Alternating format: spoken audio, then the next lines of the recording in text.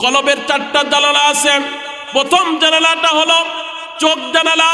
এই চোখ দিয়ে যদি বান্দা নেক কাম করে তাহলে এই নেক কাম করার বদৌলতে আল্লাহ পাক নূর ঢুকায়া দেয়। চোখ নামক জানালা দিয়ে নূর ঢুকে তার কলবে পৌঁছে যায়। আল্লাহু আকবার, জোরে বলেন। তার কারণ বান্দা চোখ দিয়ে গুনাহ করবে না, বান্দা চোখ দিয়ে কোরআন পড়বে, বান্দা চোখ দিয়ে আল্লাহ পাকের কাছে কান্নাকাটি করবেন, বান্দা চোখ দিয়ে আল্লাহর কোরআন দেখবে, বান্দা নিজের চোখ দিয়ে কাবা শরীফ দেখবে, বান্দা নিজের চোখ দিয়ে মা বাবার চেহারা দেখবে, বান্দা নিজের চোখ দিয়ে নিজের বিবিকে দেখবে, তো বান্দার ইমানি নূর বাড়তে থাকবে। চোখ নামক জানালা দিয়ে নূর ঢুকে তার ইমানটা আলোকিত হয়ে যাইবে। আল্লাহু আকবার, জোরে বলেন।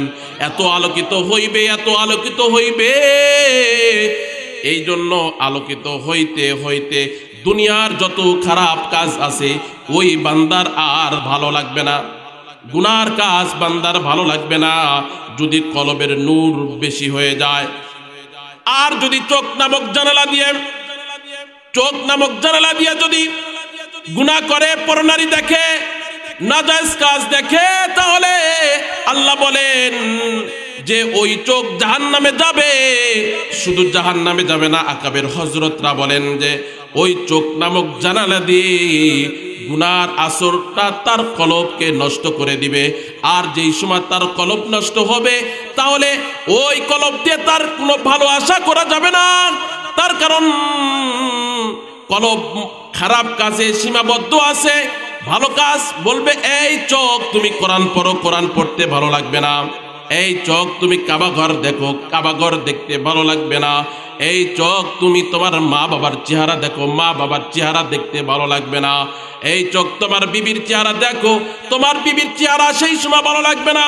সেই সময় পরনারীর গুনার, আপনার চোখের দ্বারা পরনারীর গুনাহ এইটা জারি হইতে থাকবে। চোখ বলবে এই চোখ তোমার বিবি ভালো লাগে না, এই চোখ তোমার কাবা ঘর ভালো লাগে না, এই চোখ তোমার কোনো কিছুই ভালো লাগতেছে না, এই জন্য তোমার চোখ এটা বদ হয়ে গেছে, খারাপ হয়ে গেছে। আর যেই সময় চোখ খারাপ হয়ে যাবে সেই সময় আপনার চোখটা জাহান্নামে যাবে। নাউজুবিল্লাহ, জোরে বলেন। এই জন্য চশমা বন্ধ, আকাবের হযরতরা বলে চোখ বন্ধ করেন। আর চোখের গুনাহ যদি হয়ে যায়, আর ওই বান্দা যদি একবার তওবা করেন, চোখের ফোঁটা দিয়ে এক ফোঁটা পানি ফেলায়, আল্লাহর রাসূল সাল্লাল্লাহু আলাইহি সাল্লাম বলেন قال النبي صلى الله عليه وسلم عين بكت من خشية الله حرمت النار। যেই চোখটা আল্লাহর জন্য কাঁদবে, আল্লাহর জন্য যে চোখ দ্বারা পানি পড়বে, আল্লাহ পাক সেই বান্দার চোখের পানির বদৌলতে তার জাহান্নামের আগুন হারাম করে দিয়ে তাকে জান্নাত ওয়াজিব করে দিবে। সুবহানাল্লাহ, জোরে বলেন। যদি ঈমান পরিষ্কার করতে চান তাহলে সর্বপ্রথম আপনার নিজের শরীরকে পবিত্র রাখতে হবে, ঠিক কিনা, জোরে বলেন। আপনার শরীর থেকে নিয়ে শুরু করে সব কিছু আস্তে আস্তে পবিত্র করতে হবে। তারপরে, কারণ আল্লাহ পাক বলেছেন ফাগসিলু হুজুহাকুম ওয়া আইদিয়াকুম ইলাল মারাফিক, যে তুমি যখন ওযু করবা, নামাজের প্রথমে ওযু করার ঘোষণা দিয়েছেন কে, জোরে বলেন। নামাজ পরিষ্কার, নামাজ বিশুদ্ধ করার জন্য আপনাকে আল্লাহ পাক সুন্দরভাবে ওযু করার হুকুম দান করেছেন। যে বান্দা সুন্দরভাবে ওযু করবে, ওযু করার পরে আমার নামাজের মুসল্লায় দাঁড়া যাবে। ওযু করবে তো বান্দা পাক, ওযু করবে না তো ওই বান্দা না পাক। কেমন নাপাক, কেমন নাপাক বলতেছে, যদি কোনো বান্দা ওযু না করে, আল্লাহ বলে ওই ব্যক্তিকে নামাজের কাতারে দাঁড় করায়ও না, তার নামাজ আমি আল্লাহ কবুল করব না। যদি কোনো ব্যক্তি ওযু না জানে, ওই ব্যক্তির হাতে আমার কোরআন, আল পৃথিবীর মধ্যে সর্বশ্রেষ্ঠ বাণী আল্লাহ পাকের আল কোরআন, বলতেছে যদি বান্দা নাপাক হয় তাহলে ওই নাপাক বান্দার উপর আমার দামি কোরআনটা তোমরা কেউ তুলে দিও না।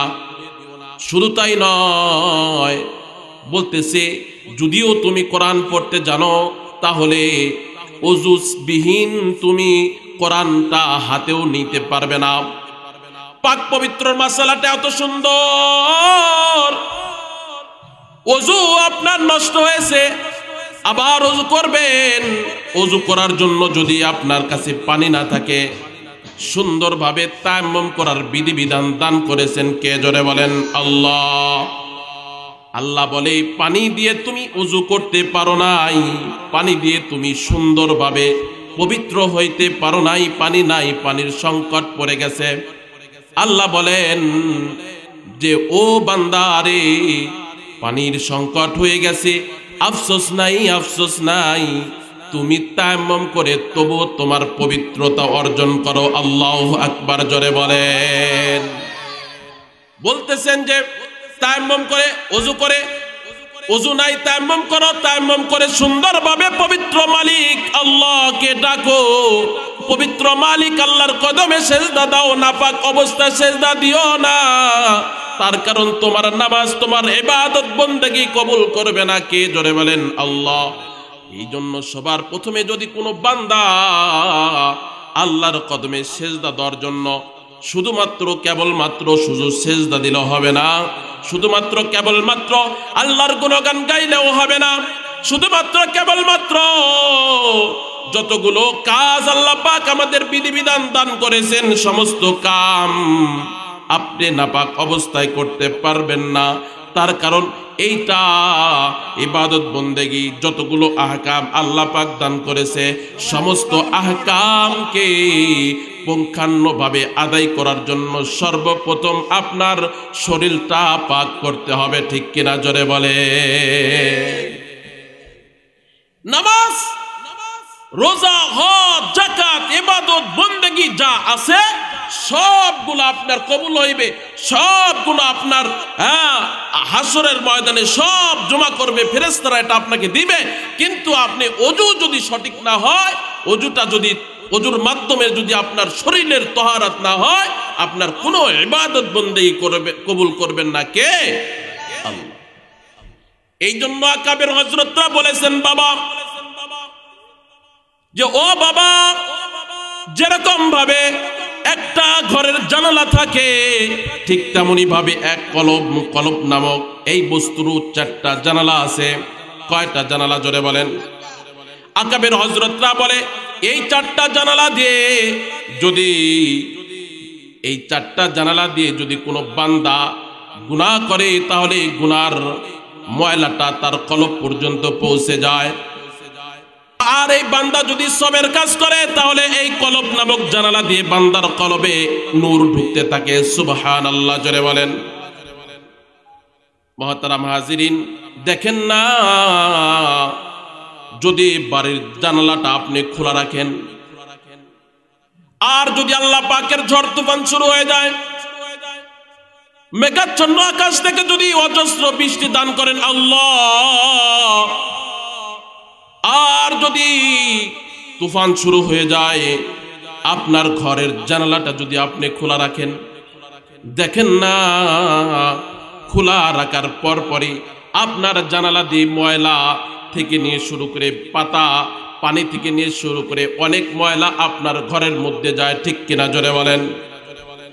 আর যদি কোনো বান্দা ঝড় তুফান আসতেছে, মেঘাচ্ছন্ন আকাশ দেখছে, যে হাইরে মেঘে তো আকাশ, বৃষ্টি কখন বান আল্লাহ পাক দান করেন, বৃষ্টি দান করবেন আল্লাহ, ঝড় তুফান দিবেন আল্লাহ।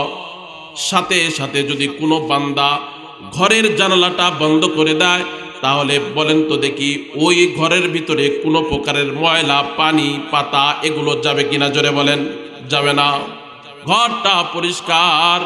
আবার যদি কোনো বান্দার বাড়িতে যদি সূর্য ওঠার আগ থেকে নিয়ে দরজা বন্ধ থাকে,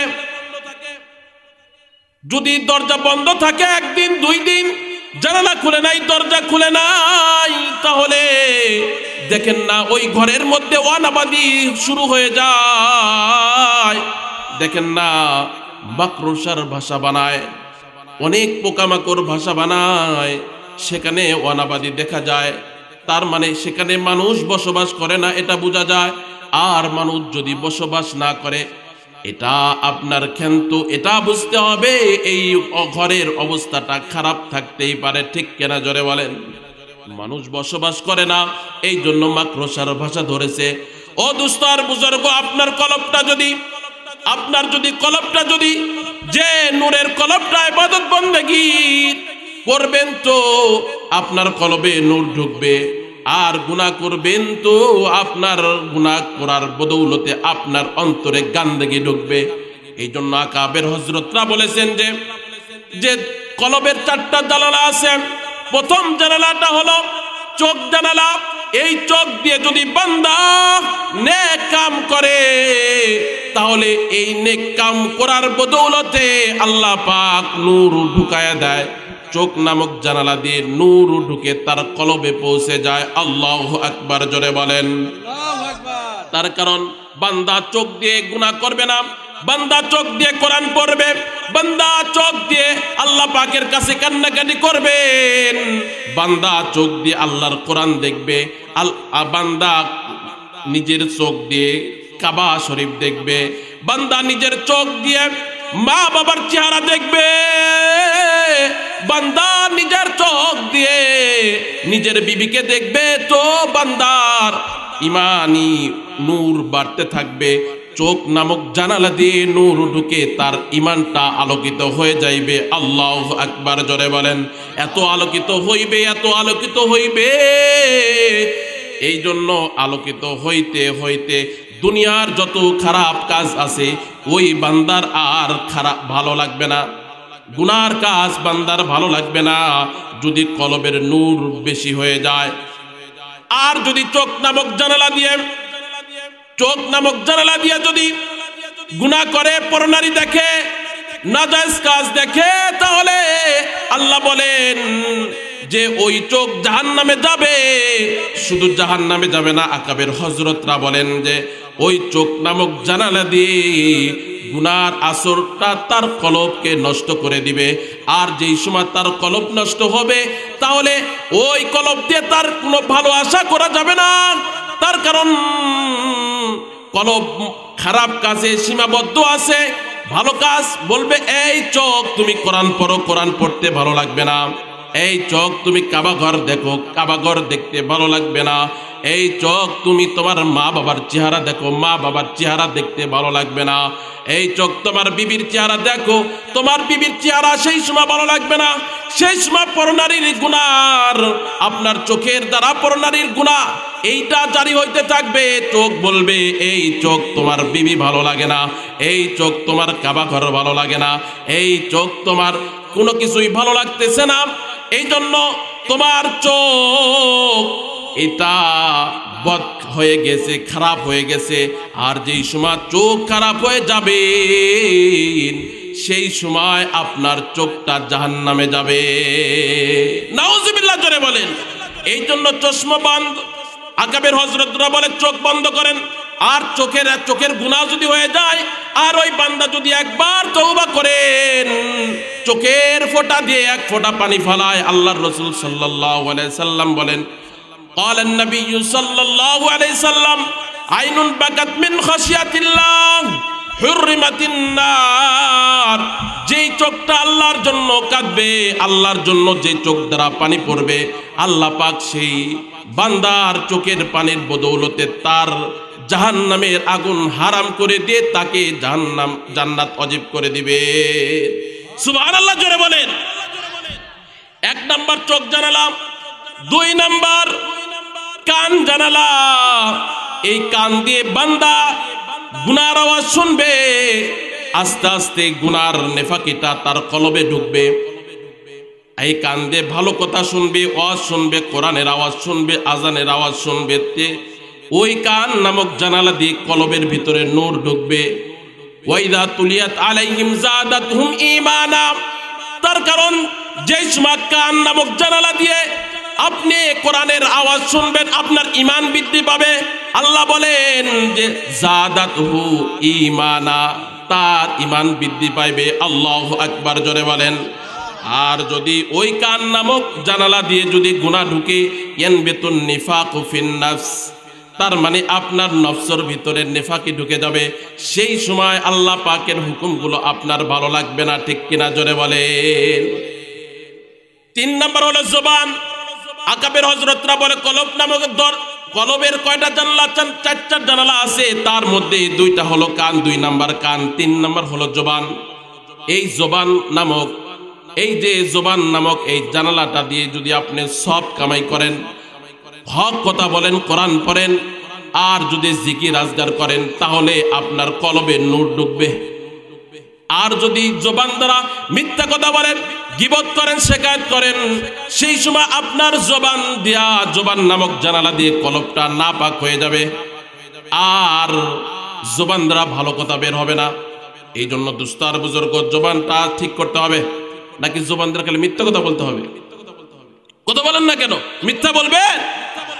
মিথ্যা বললে আপনার কলবে গান্দেগি হইবে, কলবে নূর ঢুকবে না। সেই সময় খারাপ কাজ ঢুকবে, খারাপ কথা, এগুলো জবান দ্বারা বন্ধ করতে হবে। জবান দ্বারা মিথ্যা কথা বলা যাবে না। মিথ্যা কথা তো এখন বর্তমান সময় এটা মানে কি বলবো, আর এটা ইজিলি পান্তা ভাতের মতো হয়ে গেছে। প্রতিটা কাজের ক্ষেত্রে মিথ্যা কথা আমাদের এসে যায়, ঠিক কিনা? বাড়িতে মিথ্যে কথা বলে, বাবার কাছে মিথ্যে কথা বলে, ভাইয়ের কাছে মিথ্যে কথা বলে, হ্যাঁ, আরো যারা আত্মীয় স্বজন আছে, হাত্তাকে এলাকার মুরব্বী যারা আছে তাদের কাছে গিয়েও মিথ্যা কথা বলে, ঠিক কিনা? তবে মিথ্যা কথা বলা যাবে না। মিথ্যা কথা বললে জবান নষ্ট হয়ে যাইবে। as-sidqu ইনজি ওয়াল কিযবু ইউলিক, সত্য সদা সর্বদা আপনাকে নাজাত দিবে, আর মিথ্যা সদা সর্বদাই আপনাকে ধ্বংসের পথে নিয়ে যাবে। নাউজুবিল্লাহ জোরে বলেন। রাসূলুল্লাহ সাল্লাল্লাহু আলাইহি সাল্লাম থেকে নিয়ে শুরু করে আজ অবধি যত হক্কানি ওলি বুজুর্গ পীর মাশায়েখ আছে, তাদের জবান দ্বারা জিন্দেগি তো মিথ্যা বের হয় না। যত মিথ্যা বের হয় আমার আপনাদের জবান দিয়ে, ঠিক কিনা? এই মিথ্যা কথাকে ছাড়তে হবে। আগের জামানার থেকে নিয়ে শুরু করে তারা কেউ মিথ্যা কথা বলেন নাই। পূর্বে জগতে হিন্দুস্তানের একটা ঘটনা শুনে, শেখ জাকারিয়া রহমতুল্লাহ আলাইহির পিতা ইয়াহিয়া কান্দলবী রহমতুল্লাহ আলাইহি, সেই জামানা ইয়াহিয়া কান্দলবী রহমতুল্লাহ আলাইহির বাড়ির কাছে কিছু খাদ জমি ছিলেন। কি জমি? খাদ জমি। এই খাদ জমি এটা কোন সময় ইয়াহিয়া কান্দলবী রহমতুল্লাহ আলাইহি তো একজন বুজুর্গ লোক, এই বুজুর্গ লোকটা এটা তো দখল করতে যায় না, কিন্তু কিছু মুসলমান আছে, এই মুসলমানেরা কখনো ওই খাদ জায়গা দখল করে, আবার কখনো হিন্দুরা ওই খাদ জায়গা দখল করে। এই একটা তাদের হিন্দু মুসলমানের ভিতরে একটা দাঙ্গা লাগার ভাব এটা এসে যায়, বা অনেক সময় দেখা যাইতেছে দাঙ্গার সাথে বেশি হয়ে যায়। এরকম করতে করতে মুসলমান আর হিন্দুর সাংঘর্ষিক হইতে হইতে আদালত পর্যন্ত চলে গেছে। ঘটনাটা আদালত পর্যন্ত চলে গেছে। এবার আদালত থেকে ফয়সালা দিতেছেন, এই যে তোমরা খাদ জমি নিয়ে তোমরা দাঙ্গা করতেছ, তোমাদের এই খাদ জায়গাটা আমরা তার নামে কয়লা করে দিব, সাফ কয়লা করে দিব। এটা এই খাদ জমিটা সবার প্রথমে কে দখল করেছিল, কার আওতাধীন ছিল? আদালত থেকে রায় দেওয়ার পরে দুই দলের থেকে উভয়জন খুশি হয়ে গেছে যে সবার প্রথমে যারা এটা দখলে ছিল তাদের নামে এই খাদ জায়গাটা হয়ে যাবে। আদালত থেকে আরেকটা সিদ্ধান্ত দিয়ে দেয়, বলে দেখো তোমাদের ভিতরে সব চাইতে বয় বিশিষ্ট লোক, বয়বৃদ্ধ লোক কে আছে? হিন্দুদের মধ্যে যদি বয়বৃষ্ট লোক বেশি থাকে, অথবা মুসলমানের ভিতরে যদি বয়বৃদ্ধ লোক বেশি থাকে, তার মানে সব চাইতে মুরব্বী লোক কে? এলাকার মধ্যে সব চাইতে বয়স বেশি কার? তাকে ডাকা হলো। আদালত থেকে এটা দিয়ে দিয়েছে যে যে সব চাইতে বয়স বেশি যার, তার কথার অনুযায়ী এই খাত জমিন তাকে দেওয়া হবে। এবার হিন্দু মুসলমান উভয়জন মিলে দেখে বয় বিশিষ্ট লোককে সব চাইতে, এবার দেখতে দেখতে দেখে এক পর্যায়ে সব চাইতে বয়স বেশি ইয়াহিয়া কান্দলবী রহমতুল্লাহি আলাইহির। আল্লাহু আকবার, জোরে বলেন। সব চাইতে বয়স বেশি ইয়াহিয়া কান্দলবী রহমতুল্লাহ আলাইহি। ইয়াহিয়া কান্দলবীর বয়স বেশি। এবার আদালত তাকে ডাকছে। মুসলমানরা ভাবছেন, হাই রে, আমাদের জমিন হয়ে গেছে, আমাদের টেনশন করার কোনো দরকার নাই, তার কারণ বিশিষ্ট লোক বের হয়েছে। এই কথা ভাবতে ভাবতে আদালত পর্যন্ত গেছে। আদালতে গিয়ে হিন্দুরা মনক্ষুণ্ণ হয়ে আছে, মনটা নারাজ। হিন্দুরা ভাবতেছে মুসলমান সাক্ষী, নিশ্চয় তাদের জায়গাটা হয়ে যাবে। আর মুসলমান ভাবতেছে কোনো পরোয়াই করতেছে না। এবার ইয়াহিয়া কান্দলবী রহমতুল্লাহ কাঠগড়ায় দাঁড় করাইছেন। ইয়াহিয়া কান্দলবী রহমতুল্লাহ আলাইহিকে দাঁড় করা বলতেছে যে, ও ইয়াহিয়া, এলাকার মধ্যে সব চাইতে বয়স বেশি আপনার, তাহলে ও ইয়াহিয়া, যে জায়গায় কন্দল চলতেছে এই জায়গাটা সবার প্রথমে কে আবাদ করেছে, কার দখলে ছিল? এবার ইয়াহিয়া কান্দলবী রহমতুল্লাহি আলাইহি ডাক দেয় বলে, আমি হলো আল আমিন নবীর উম্মত, আমি মুহাম্মদুর রাসূলুল্লাহ সাল্লাল্লাহু আলাইহি সাল্লামের উম্মত। আমার জবান দ্বারা জিন্দেগি তো মিথ্যা বের হবে না, তার কারণ হলো আমি জিন্দেগি তো মিথ্যা কথা বলেই না। এটা আমাদের রসুলের বিপরীত, মিথ্যা আমার রসুল বলতে নিষেধ করেছে। এই জন্য ও আদালত আপনাকে বলে দিলাম, এই খাত জায়গা সবার প্রথমে হিন্দুদের দখলে ছিল।